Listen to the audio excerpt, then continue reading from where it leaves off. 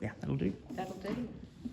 Well, may the words of my mouth and the meditation of all our hearts be acceptable in your sight, Lord, our rock and our redeemer. Amen. Don't panic. That's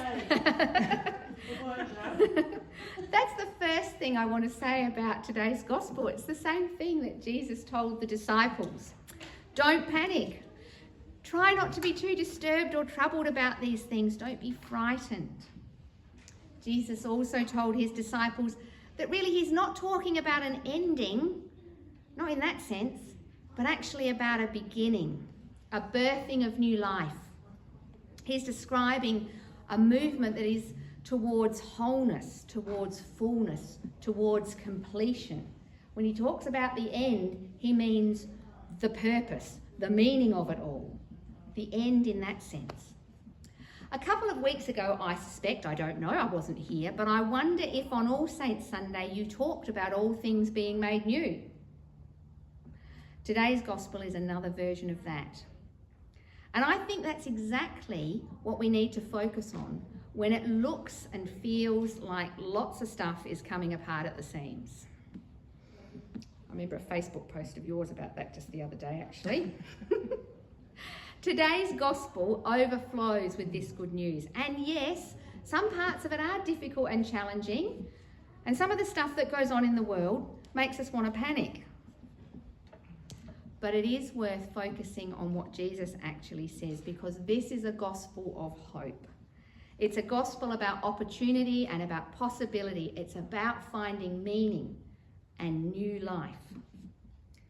It's also cosmically important, but deeply personal. It's about the universe's future and our future, your future and my future and our children's future too. As I've gotten a bit older and a tiny weeny bit wiser, there's a lot of work left to do, but I've come to realise that when I'm alarmed and worried about the future, I'm not really focused on the time yet to come. I'm actually more worried about what I know and the present time, what seems to be going on right now. I want to know, I think, if the temples I've built will stand the test of time. Will that centre hold? Will my relationships endure? Will my acquisitions and my accomplishments continue to give me identity, meaning and security, or at least the comforting illusion of these things? Will the systems that I've created for my life, my well-being, my happiness, will they remain intact? Are the foundations of my life stable and strong enough to last? In other words, when I'm worrying and panicking, I'm actually focusing on the large stones, the large buildings of my life. So when I hear Jesus say, not one stone will be left upon another, all will be thrown down, I understandably get a bit twitchy. Maybe you do too. Am I hearing Jesus say that the very things I'm most focused on are coming down? Have I missed the point and been distracted from what really matters? That is to say, from the new life that is yearning, wanting, waiting to be birthed in the world, in me and through me. Maybe that's what's going on with the disciple who says to Jesus, "Look, teacher, what large stones and what large buildings." I think he's doing the equivalent of going, "Oh, look, a squirrel." I say that not just to be funny, but for a couple of reasons. What that disciple says doesn't really make sense to me at that point. I don't reckon this was the first time this disciple, an adult Jewish man, had been to or seen the temple. He might have grown up going to the temple. That was pretty common. And I think we can surmise from the rest of the gospel, the earlier parts of the gospel, that he's gone to the temple with Jesus at least twice before. So these large stones and great buildings of the temple aren't new to him. He's seen it before. Second, there's a disconnect between what he says and what's just happened. So Did you read the gospel last week about the widow? Right, luckily. So, Jesus and his disciples have just left the temple where they sat opposite the treasury watching the crowd put money in. And many rich people put in large sums of money out of the wealth, out of the surplus that they had. But a poor widow put in 1 penny, all that she had to live on. And Jesus said to his disciples, "Truly I tell you, this poor widow has put in more than all those others." They put in out of their surplus, she put in everything she had. With those words, I hear Jesus cracking the mortar between those stones of power and wealth and prestige and reputation and position and security, and a kind of separation has begun. Jesus holds up a widow as an example. She's probably not the example that the disciples or we would use. She's got no wealth, no power, no position, no security. She is someone we can easily overlook, we can ignore, and yes, sometimes abuse. And after all of that, the first thing, the only thing that any disciple says is, "Wow, look how big this building is. How magnificent." Maybe he didn't get it. Maybe we don't get it. I hear this disciple trying to change the subject and distract himself from what Jesus has just said. I've done that before. Have you done that before? We change the subject or distract ourselves so that we don't have to deal with the vulnerable, the painful, the awkward, the embarrassing, the cracked and broken bits of our lives. I'm wondering if he's pointing at the large stones and buildings so that he doesn't have to look at himself in the light of the widow. And I wonder if he's feeling the large stones and buildings of his life begin to shift and separate as Jesus cracks that mortar. When have you felt that cracking of the mortar, the shift and separation? I've felt it happen during a marriage breakdown. I feel it every time a loved one dies.